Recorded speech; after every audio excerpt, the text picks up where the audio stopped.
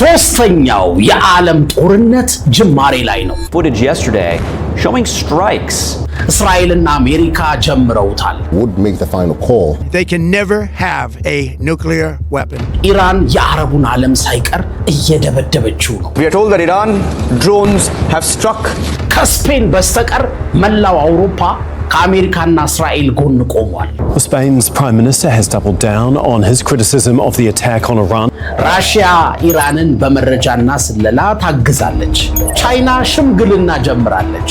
ብዙ ሰው ጦርነት ማለት ጥይት ወይም የቦምብ ፍንዳታ፣ የሰዎች ቁጣ፣ የሃይማኖት ግጭት፣ የድንበር ሽኩቻ ይመስለዋል። ይሄ ላዩን ወይም ሰርፌስ ሌቭል ስናየው የሚመስለን ገጽታ ብቻ ነው። ከዚህ ሁሉ ጫጫታ በስተጀርባ ዘመናዊ ጦርነት ፈጽሞ የተለየ መልክ አለው። ሂሳብ ነው፣ ስነ ልቦና ነው፣ ሳይንስ ነው፣ ከሁሉም በላይ ደግሞ ስትራቴጂ ነው።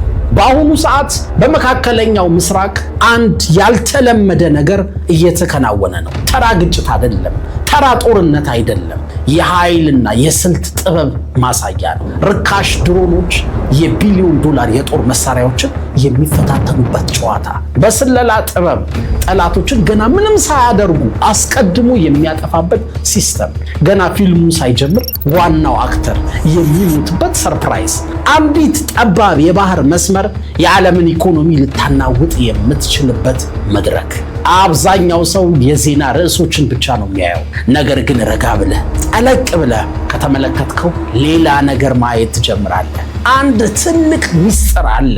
በቀጣዮቹ ጥቂት ደቂቃዎች የዓለም ፖለቲካ የኔን ህይወት የሚቀይር ቁም ነገር አለው እንዴ ብለህ እስክትገረም ድረስ ራስህን እስከመጨረሻው የምትቀይርበት የህይወት ሚስጥር ትሰማለህ። በጦርነት ሳይሆን በህይወት ማን እንደሚያሸንፍና እንደሚሸነፍ ማወቅ ሁሉ ትችላለህ። ቪዲዮ እንዳለቀ ለገንዘብህ፣ ለስራህ፣ ለአስተሳሰብህና ለወደፊት ህይወትህ የሚጠቅሙ ታላላቅ የህይወት ትምህርቶችን ትማራለህ። ከዛ ትተገብራለህ። አይንህ እያየ ፈጣን ለውጥ ማየት ትጀምራለህ።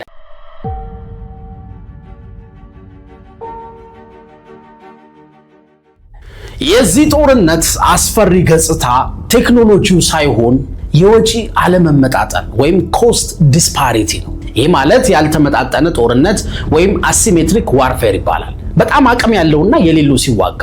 ኢራን የጎርፍ ስልት ወይም ሳቹሬሽን ታክቲክ ትጠቀማለች። በብዛት የተመረቱ በጣም ርካሽ የሆኑ ከ20,000 እስከ 50,000 የሚገመቱ በዶላር ማለት ነው ድሮኖችን ታዘንባለች።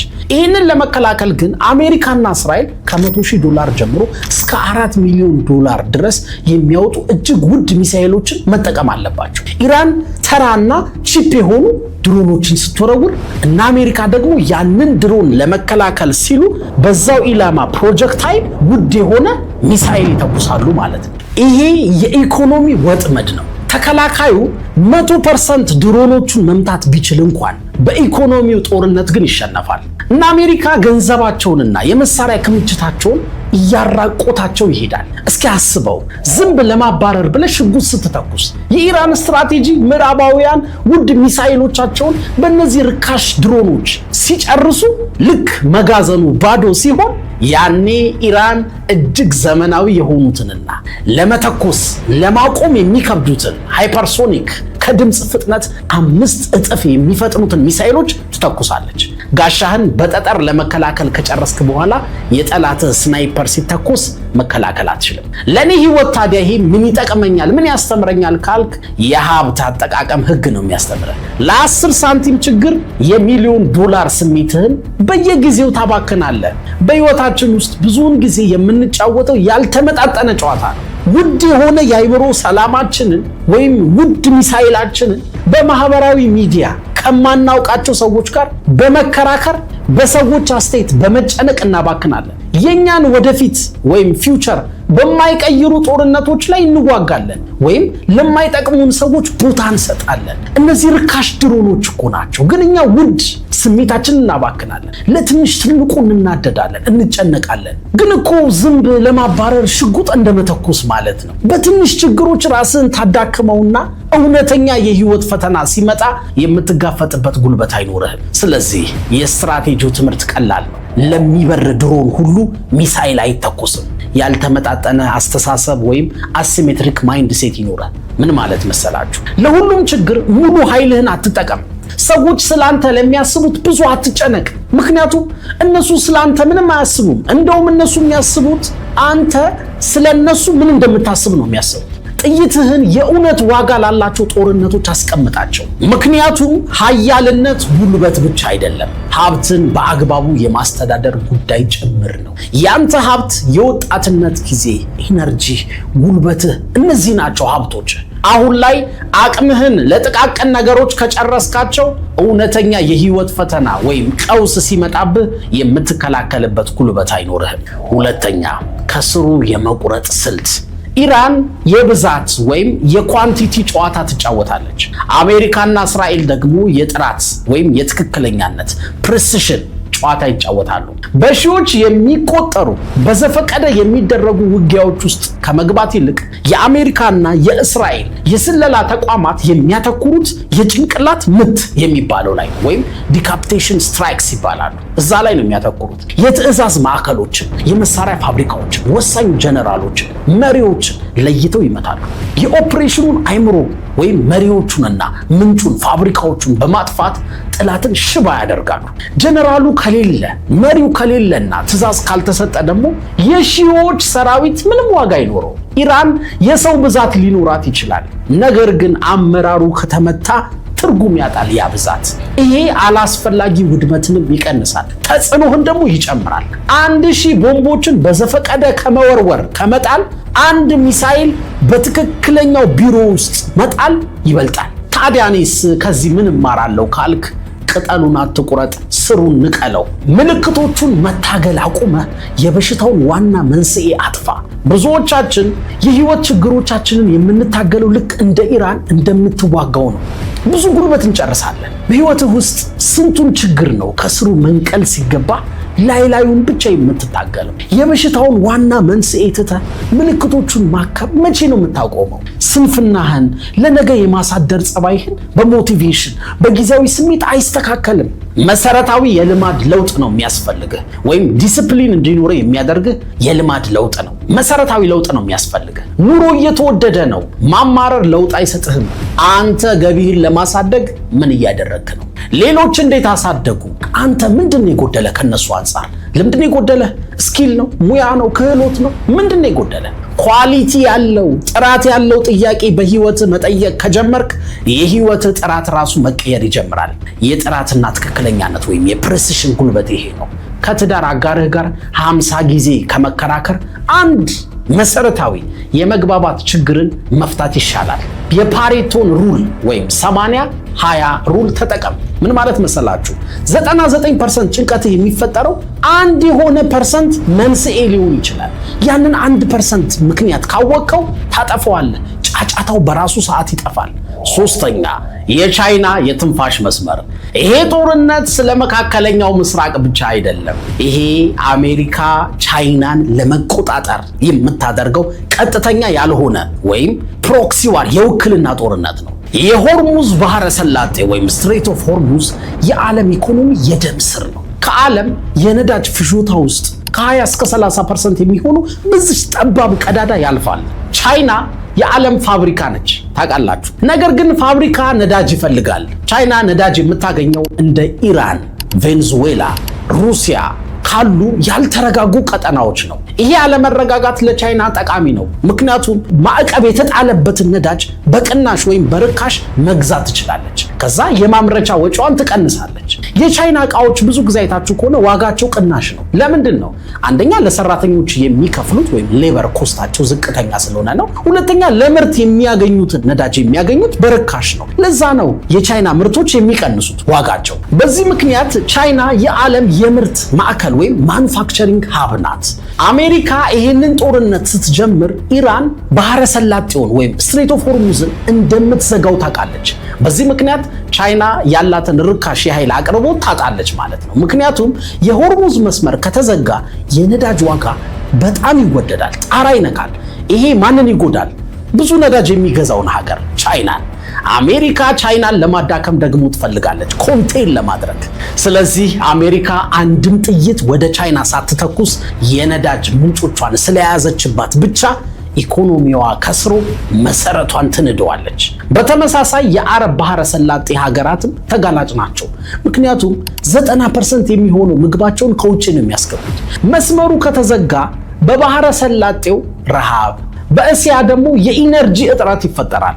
ይሄ ማለት ሁለቱም ወገኖች በኢኮኖሚ የመውደማቸው እድል በጣም ሰፊ ነው። ታዲያ ምንድነው እኔ የምማረው ይህ ህይወት ትምህርት ካላችሁ የአንድ ምርኩስ አደጋ ወይም ጥንካሬ የሚለካው በአቅርቦት ሰንሰለት ወይም ሰፕላይ ቼን አስተማማኝነት ነው። ምን ማለት መሰላችሁ? ቻይና ልዕለ ሀያል ኢኮኖሚ የገነባችው በራሷ ቁጥጥር ስር ባልሆነ የኃይል ምንጭ ላይ ተደግፋ ነው። በሌሎች ነዳጅ ላይ ተደግፋ ነው። የራስን ህይወት ተመልከት እስኪ። አንተስ በማን ነው የተደገፍከው? የሆርሙዝ ባህረ ሰላጤ አንተ ህይወት ውስጥ ማን ነው? ደስታህና በራስ መተማመንህ የተመሰረተው በአንድ ሰው አስተያየት ላይ ነው? የሆነ ሰው ሲያደንቅህ ደስ የሚልህ፣ የሆነ ሰው ሲተች ደግሞ ቅር የሚልህ ሰው ነህ? የስሜትን ሪሞት የተቆጣጠሩት ሌሎች ናቸው። እነሱ ፊትን ያዞሩብህ ቀን ምን ልትሆን ነው? የነገ ህይወትህ በአንድ በቀላሉ ሊፈርስ በሚችል እቅድ ላይ የተመሰረተ ነው። ምክንያቱም እውነቱ መራራ ነው። ይህንን እወቅ። ማንኛውም ስርዓት የሚወድቀው በጣም ደካማ በሆነው ነጥብ ላይ ነው። ሀገራት ይህንን ጠንቅቀው ያውቃሉ። የእኛም ህይወት እንደዚህ ነው። ህይወትህን በቀላሉ ሊሰበር በሚችል አንድ ጉዳይ ላይ አትገንባ። ጥንካሬህን ብዙ አድርገው፣ ደካማ ጎንህን ቀንሰው፣ የኃይል ምንጭህን አስጠብቅ። እውነተኛው ኃይል ነፃነት ነው፣ ፍሪደም ነው። መጀመሪያ የገንዘብ ነፃነት ለማግኘት ስራ፣ ከዛ የጊዜ ነፃነት ይኖርሃል። ያኔ በህይወትህ ማንም አያዝበትም። የኃይል ምንጮችህን አብዛ፣ ዳይቨርሲፋይ አድርግ። አንድ የውጭ አካል ሲዘጋብህ ህይወት እንዳይበላሽ ምርጫዎችህን አስፋ። ልክ ሀገራት አማራጭ የነዳጅ መስመር እንደሚያዘጋጁት አንተም አማራጭ የገቢና የደስታ ምንጮችህን አዘጋጅ። ነፃነት ማለት ይሄ ነው። አራተኛ የመስታወት ቤቶች። የባህረ ሰላጤው ሀገራት እነ ዩኤኢ፣ ዩናይትድ አረብ ኤሚሬትስ፣ ሳውዲ አረቢያ፣ ኳታር በትሪሊዮን ዶላር ዘመናዊ ከተማዎችን ገንብተዋል። ነገር ግን የሚኖሩት በመስታወት ቤት ውስጥ ነው።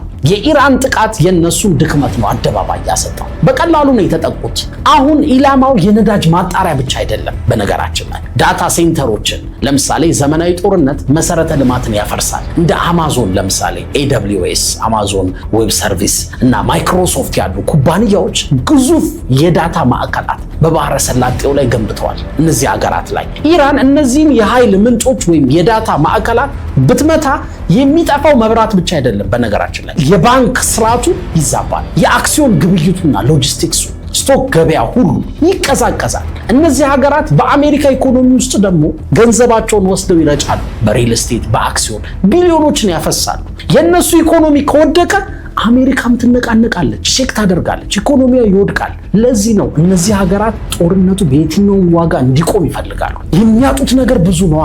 ታዲያ ምንድነው እኔስ የምማረው የህይወት ትምህርት ካልክ በጥንቃቄ ማደግ አለበት። ህንፃው በረዘመ ቁጥር መሰረቱ መጥለቅ አለበት። ፋውንዴሽን በጣም ወሳኝ ነው። እኛ ብዙውን ጊዜ የምናተኩረው ማጥቃት ላይ ወይም ኦፌንስ ላይ ነው። ብዙ ገንዘብ ማግኘት፣ በቃ ራሳችንን ማሳደግ። ነገር ግን መከላከልን፣ ዲፌንስን እንረሳለን። ክፉ ቀንን እንረሳለን። ያንተ የመከላከል ስትራቴጂ ምንድን ነው? የምትሰራበት መስሪያ ቤት ቢዘጋ ምንም ገቢ ሳይኖርህ ለምን ያህል ወር መቆየት ትችላለህ? ይህ በጣም ወሳኝ ጥያቄ ነው። ገቢ ቢቋረጥ ምን ትሆናለህ? የምትሰራበት ዘርፍ ቢቀየር ምን ታደርጋለህ? አስብበት። ያልጠበቅከው ቀውስ ቢገጥመስ? ህይወት አይገመት። እንቁላሎችን በሙሉ በአንድ ባስኬት ውስጥ አታስቀምጥ። ደሞዝህን ሙሉን አታጥፋው። ለክፉ ቀን አስቀምጠው።